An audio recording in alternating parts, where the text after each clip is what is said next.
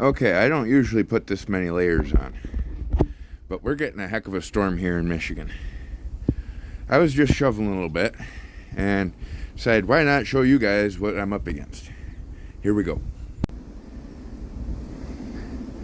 Alright, that's my garbage can. The snow on the hood of my truck is about even with the cab. And somewhere in there is my wife's Cadillac CT5. Yeah, we're getting some snow. It was raining last night and then turned to snow. So I'm sure this is going to be fun to plow.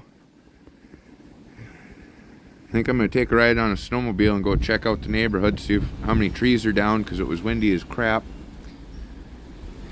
Yeah, keep you guys updated. This is going to take some digging. Obviously.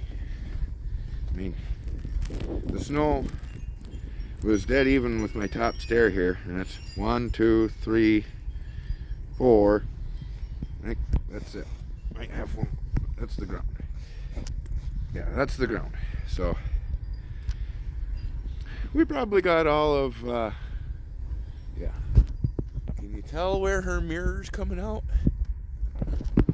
Oh Lord.